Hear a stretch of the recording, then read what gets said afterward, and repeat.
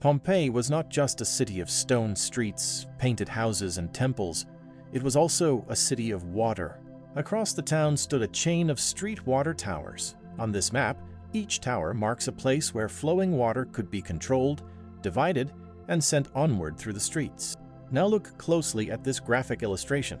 It shows how the system worked beneath the surface. Water arrived from the aqueduct at the Castellum, the main distribution tank near the high point of the city. From there, lead pipes carried water into elevated tanks on the towers. Height was essential.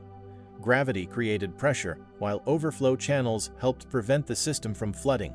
From each tower, smaller pipes fed nearby fountains, homes, workshops, and bathhouses. For ordinary Pompeians, this network was felt at street level.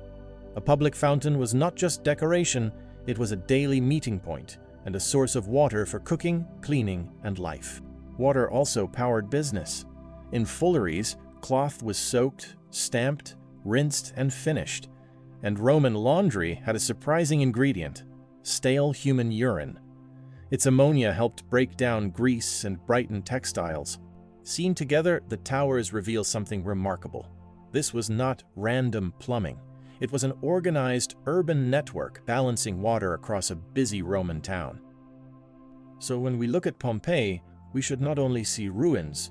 Beneath its streets was a living system, engineered, practical, and essential. A city kept alive by water,